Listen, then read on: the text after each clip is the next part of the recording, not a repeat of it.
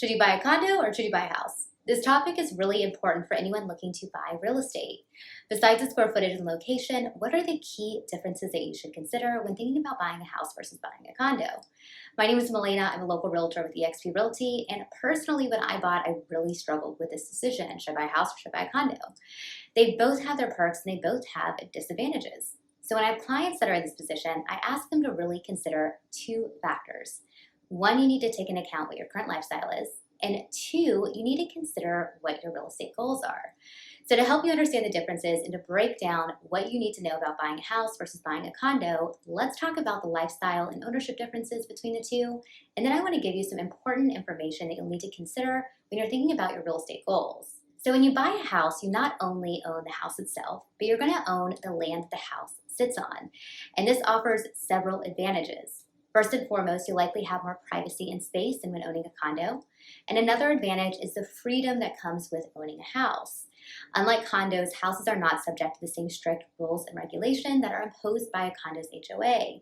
You will have the autonomy to make the changes and the renovations that you choose without having to jump through the same hoops and restrictions that a condo might have. You'll have much more freedom to paint, expand, do really whatever you wish to your house. Just point blank, you will have more freedom, you'll have more privacy. However, houses do come with disadvantages. One of the main challenges is maintenance and upkeep. As a homeowner, you'll have a lot of responsibilities. You'll be in charge of handling the lawn care, the repairs, and just general upkeep. And this can not only be costly, but it's also time consuming. So this is really important to take into consideration when you're thinking about your lifestyle. So what about a condo? When you own a condo, you will own a unit in a complex. You will have ownership of the unit itself and shared ownership of common areas and amenities. With a condo, you will own the unit itself, but you will not own what's below you, what's above you, and what's beside you. However, if you own a townhome, you will have ownership of what's above you and below you, but not what's beside you. And I hope that didn't sound too much like a riddle.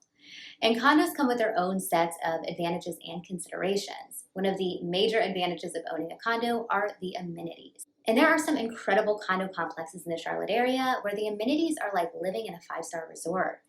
Depending on the complex, you can have an indoor or outdoor pool, fitness centers, clubhouses, and a lot of these condo complexes will have community events like Super Bowl watch parties or pool parties.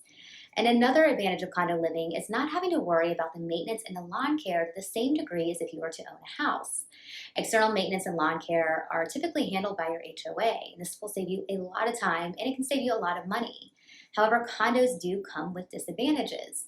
For one, you will have to adhere to the HOA fees and guidelines. And the guidelines can prohibit you from making changes to your unit, having pets, loud noises, and even renting out your unit depending on the HOA. But regardless, if community, low maintenance, and amenities are important to you, then this is an excellent option. I just advise you to make sure that you really dig into the HOA docs before you go under contract, just to make sure that you're comfortable with the fees and the regulations. Now let's talk about the factors that you need to consider when you're thinking about your real estate goals. Financing and budgeting is obviously incredibly important when buying real estate. And when looking at the cost of a condo versus the cost of buying a house, the condo might look like the more affordable option at first glance, but that is not always the case. It's really crucial to understand the overall cost of owning both. A condo will come with an entirely different set of financial responsibilities than when you own a house. Now, on the plus side, the purchase price is typically lower on a condo. This means that you'll likely have a smaller down payment and you'll pay less in taxes. You also will likely have a lower home insurance bill, which is great. But, and this is a big but, your monthly HOAs will be higher on a condo, and this can make your monthly payment much higher when you buy a condo, regardless of the purchase price. Monthly HOA fees in the Charlotte, North Carolina area can range anywhere from $200 a month to upwards of $600 a month.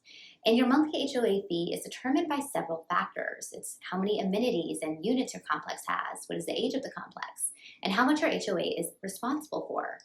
It's also important to understand that your monthly HOA fee is not a set number. It can increase in time. And on that note, it's also important to be cognizant of any special assessments. So a special assessment is an additional fee that is levied by the HOA to cover expenses that are outside of their budget. For example, there's a condo complex in Uptown Charlotte, and it was built in the 80s. And a couple of years ago, it was discovered that the units were not built to proper code. I'm not sure why it took so long to figure it out, but regardless, the cost of the repairs exceeded what the HOA had in their budget. So they then had to impose a special assessment for each unit. And then each unit was then responsible for paying a pretty large chunk of money to bring the complex up to code. So if you decide that you want to buy a condo, have a clear financial understanding of how much you will be responsible for. Now, on the flip side, owning a house will typically come with lower or no HOA fees. However, keep in mind that you will be solely responsible for the maintenance and repair cost. When I was deciding between buying a house versus buying a condo, I was really hung up on not wanting to have to pay a high HOA. However, when I did more research, the cost to pay for a lawn care service in my area was pretty close to what I would be paying for my HOA fee. But if you don't mind cutting grass and you don't care about certain costs, then it might be a non-issue for you. The other thing to consider when factoring in your financial goals is qualifying for a mortgage. And there is a huge difference between qualifying for a mortgage for a house versus qualifying for a mortgage for a condo. When qualifying for a mortgage for a condo, there are very specific, strict guidelines that lenders are required to follow. And the guidelines have become more strict over the last couple of years.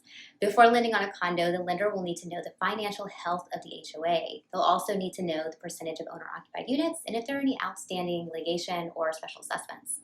And you likely might not have access to this information until you're under contract.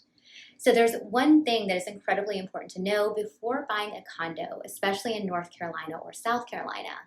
Understand that you're assuming the risk of losing a deposit if the lender is unable to qualify you. So how can you mitigate this risk? Well, for one, you can choose a realtor who has a strong knowledge of the different complexes and communities in your area. And two, by selecting an experienced local lender who has familiarity with the different financing options and has experience lending on condos. But it's still important to note, even if you have the best realtor and the best lender in the world, you might not know until right before closing if a condo is approved. Anything can happen. I actually have a colleague whose buyer found out right before closing that the HOA had entered into a lawsuit and the lender was unable to approve them. They could not find a lender to approve them. And that was an incredibly rare circumstance. However, it is something to consider when you're weighing your pros and cons versus buying a house versus buying a condo. And the last thing you need to consider is resale value and investment potential. Market demand and resale value can vary between houses and condos. There's not a one-size-fits-all answer. But it is worth noting that houses tend to have a broader appeal and a more diverse buyer pool over condos.